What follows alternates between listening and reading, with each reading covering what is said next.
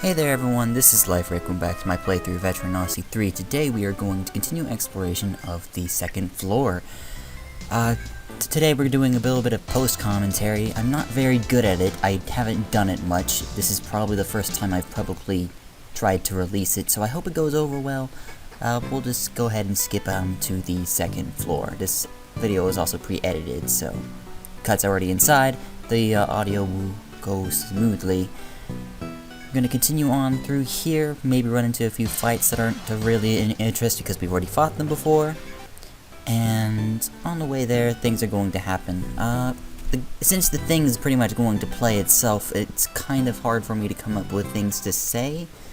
I don't know how I'm going to deal with things like silent spots or just the natural flow of doing it not post-commentary, but I think I'll persevere. We're going to enter into an area that is more dangerous, as Titan Arams can start showing up around here. The Gigapedes will show up a little bit more frequently over here. There's all sorts of things that are nice about this area. The Titan Arams item can be traded to that guy I was mentioning in the previous episode in B3. So there's that. That path just loops around back there. The south path actually goes somewhere, but I don't go down there because I guess I don't remember. This northern path over here is also guarded, so we won't go that way either. I'm gonna go most of these paths at a different time when we're capable of defeating the FOEs, when we're about level, I'd say 8 or 7. And we have, like, full kitted out equipment. But until then, we're going to ignore most of the passageways. I believe this is the time when I notice that this path connects, and then I should maybe check it out, but I decide against it for any number of reasons. I really wish I had gone down there, because getting the map down there is a little bit helpful for seeing the FOE that patrols that area. We meet our first Gigapede here, as I map ahead and magically locate the take point from not being able to see it, because I know where it is. The Gigapede is a interesting enemy that's weak to volts. To get its conditional, you need to kill it with cuts, and you may realize that there's no cutting member on my team. Everyone's either stab or bash. So this is going to be an interesting fight for me, as I'll have to use the cross/slash limit skill in order to technically defeat him. So I fling volts his way in order to weaken him. He does have this leg bind attack that I always forget that he has. So we deal a nice meaty 103 damage and he goes into the red. We're going to have Gandra and I'm going to cross-slash. I thought he was low enough to get him down on the first shots, but as you're going to see, he's going to live. And this is going to force me to defend a lot of turns in order to get the limit back up to him. I'm not going to show off the entire limit grind, but essentially it's just bodyguard Gandra every turn. This is the only time I'd use Amina's TP anyway, so we're going to cut ahead to when the cross-slash is fully charged, and we have a dead Gigapede. Very nice. Now let's see if me in the past is a fast or a slow reader once we are done confirming that I am indeed a magic person who knows the future. And as we walk through the forest, we find a girl in the hall up ahead, looking around. She seems to be searching for something. She notices you and brushes over. She doesn't want to bother you. She's blonde. She speaks really, really fast. She's Hypatia from the Murotsumi guild. She's in some real trouble. She's lost her friend, whose name is Agata. I believe they're in a guild, but whatever, 2 people makes a guild. She, puts her hands on her forehead and sighs. It did not take me that long to read this message. What am I talking about? Can't find him. Look everywhere, hoping maybe you happen to see him. He's inside of the hotel. Yeah. No, we haven't seen him, so she's gonna ask us to look for him. And that's the end of the conversation. And we continue. This little fork here, I recommend you go west or east. West, east, it doesn't matter. I go both directions, but essentially you actually want to go west because that will give you the easiest time when it comes to confronting this next FOE and avoiding him. It'll give you the better angle of approach, if you will. So we are going to approach this corner, run into a fight before we get there, I think. No, the FOE meter is going to tell us that he's nearby, so I do a little bit of dancing. And we run into the nightmare set of the floor. This is the #1 set you did not want to run into when you're on this floor. It's the Tidum Aram triple Durian set. So essentially the Tidum Aram has a front row triple attack, but that's not what matters. The enemies have, similar to your limit skills, the enemies have access to combo skills where they like join in and attack together. When the Tidum Aram and the Deadly Durian are together, they will inflict a status called Plague if they get that limit skill type attack off. And that Plague will spread across the party and slowly damage you, just like poison, except it spreads. I got lucky in this fight in that it doesn't happen, but I do gang up on the Tidum Aram and kill it with fire. The Tidum Aram doesn't have a lot of attack, it just kind of has a high amount of health and meaty defense. So, because fighting Durians are not that interesting, I seem to have cut that part out. And we can continue exploring as normal. We have a bit more mud here, and I'll just take this approach over the other way. I'm going to have to dig it back into this corridor anyway to avoid the FOE. The mud and stuff was going to prevent me from actually reaching where I want to be, despite the draw distance. Not showing the FOE. So we're gonna dance here a little more. I might have actually had time to reach the place I wanted to be. But we go through here, and we're gonna investigate the blue flowers on the wall after I'm done mapping this little spiel and this little fork. I seem to have failed to map the mud behind me. I'm pretty sure I'll pick that back up later. Go into a nice treasure room with 3 boxes in it. One is locked, which means we can't access it until later. That's okay. We'll be sure to come back here when the time is right. When I get the keys, I'm going to be doing all of the things with that key, as much as things as possible when I get the key. Therka A and a Medora. Therka A heals 1 bind. Medora heals HP in a line. Now, what's interesting is that in the other games, there's this item called a Soma. Soma would heal everybody in the party a little bit of HP, but that's only in Neo 1 and Neo 2. They might be in 4 and Millennium Girl, I don't remember, but essentially Somas are not to be found in this game, so that's kind of a crime against humanity. Thankfully in this game though, there's plenty of ways to heal your entire party, and by plenty of ways I mean only one way, and that's to use party heal on a monk. But usually you don't need to heal everybody at once, and if you do, you're just going to have to either double item or use party heal, as I mentioned before. Now that was kind of a worthless astronomer event over there that just gave 20 HP to everybody.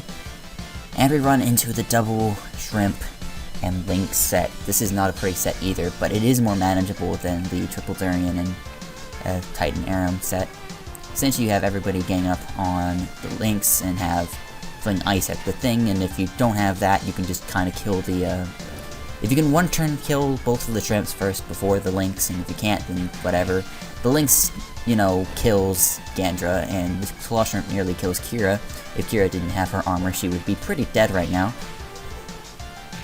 Thankfully, the shrimp's RNG decided to hit Zera, even though, whatever, it wasn't that likely to hit Kira anyway. Thankfully, we also have Vincent Slapawake to keep us going in the Labyrinth. In this kind of situation, otherwise, you would have to use nectars if you wanted to continue exploring and not have to go back to town immediately.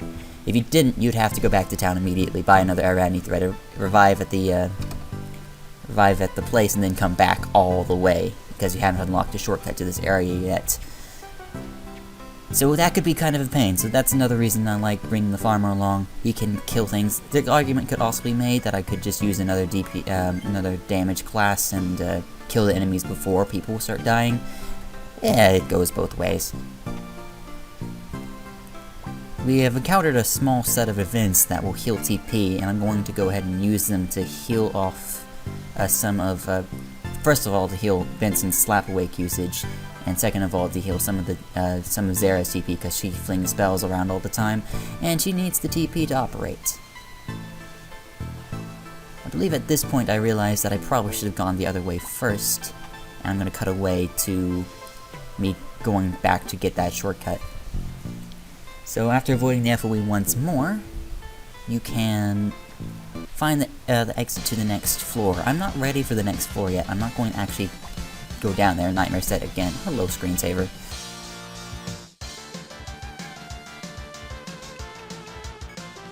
Essentially, Nightmare set happened again, and this time I'm going to get a little unlucky and get to demonstrate exactly how their combo skill works and how to prevent them from getting it off. So this first turn, nothing goes awry except for the fact that Zera's going to get blinded by one of these durians, which is highly unpleasant, and I really did not like that, because I'm like, oh, Zera's going to miss her Fire Star now, and that Fire Star is vital in killing the Titan. So I have everybody attack it again. I make a miscalculation on just how... I forget what I was about to say, but essentially, I kill the thing before the combo attack goes, and the rest is Durian, so just get rid of that. I unlock this shortcut and continue forward. Interestingly, we have reached another fork, where this room is going to have a little bit of something special in it, a special fight with enemies that we could not otherwise encounter on this floor, much like the Spotted Frog earlier on. Double Platypus Link set is not a pretty set at the slightest. I think we've already had one though, so I'm surprised I haven't cut it out. We're free to go. Have Kira heal everybody up. And with Gendry doing passive healing most of the time, Kira's active healing is a lot less necessary, so it saves TP by a lot. If you're using a Pure Monk, you might have more difficulties with this floor. Later on, your Pure Monk will become a lot better, so don't worry about it. But early on, you might have to make more trips into the Labyrinth than you would like. I'm able to do this in a minimal amount of trips because my party's built to do that. So we encounter the mushrooms in a room, and we try to pick them, and it turns out to be Venom shrooms. I can one turn kill these with all my limit skills and a well-placed Fire Star, so I'm not really overly concerned. But if you take too long, the poison... When you kill one without using magic, it will poison your entire party. Or at least attempt to poison your entire party, as you'll see here. At which point you're kind of on a timer, because that poison will essentially kill you, and you probably don't have any means of healing more than a few people at once, other than the Midori you already got. So you have to try to kill them as close together as possible. So if you want to, I recommend weakening them though both down without killing them, and then killing them in the same turn to prevent unnecessary poison damage. Otherwise, if you can kill them both in one turn, go for it. Their conditional drop is to kill them in one turn, which I know is contrary to the advice I said to keep them alive, but if you're not high enough level to, or not powerful enough to kill them in one turn, just keep them both alive. Let them do the regular attacks. It's going to be a lot better to let them use the regular attacks than to get a party poison out and wreck your team's health. Going to unlock this shortcut here, and we're going to discover this last bit of the labyrinth up in the north. Pass by another one of these cataracts, I think. I think that's what that guy called them, like way on in the first or second episode.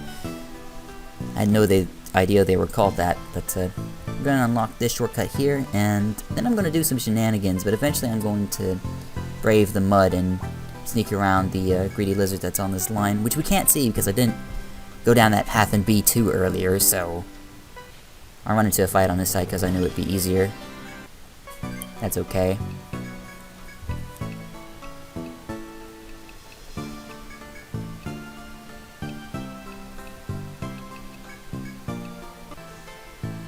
I seem to have been bold and decided to move forward to map ahead in order to compensate for the not mapping that I did earlier. I demonstrate that I should have gone down that area. I did do this recording live, it's just that apparently I forgot to record the audio of my microphone, so the playing is acting as though it's live, but this is post-commentary because of that mess up. But that's okay, I have no problems with that. Also, I'm sorry if the episode arrives late today. Daylight saving messed with me. I didn't want to wake up this morning, so it's gonna be so I'm sorry that's a little bit later today, but that's current events, and I don't like talking current events.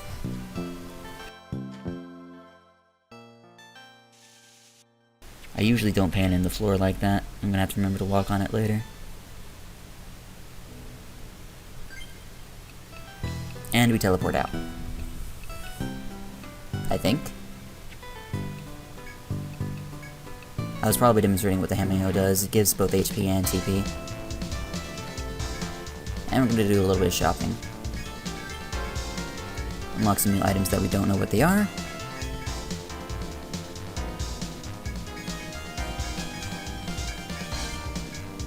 Get a blind mask from the green thorns. In order to get equipment that resists an element or an ailment, then you usually can get it by killing the enemies and getting the items of the enemies that inflict that ailment. So, for example, for the blind mask, if you kill Durians, you're going to get the blind mask. If you kill the Gigapedes, you're going to get the leg guard, etc., etc. It's kind of simple.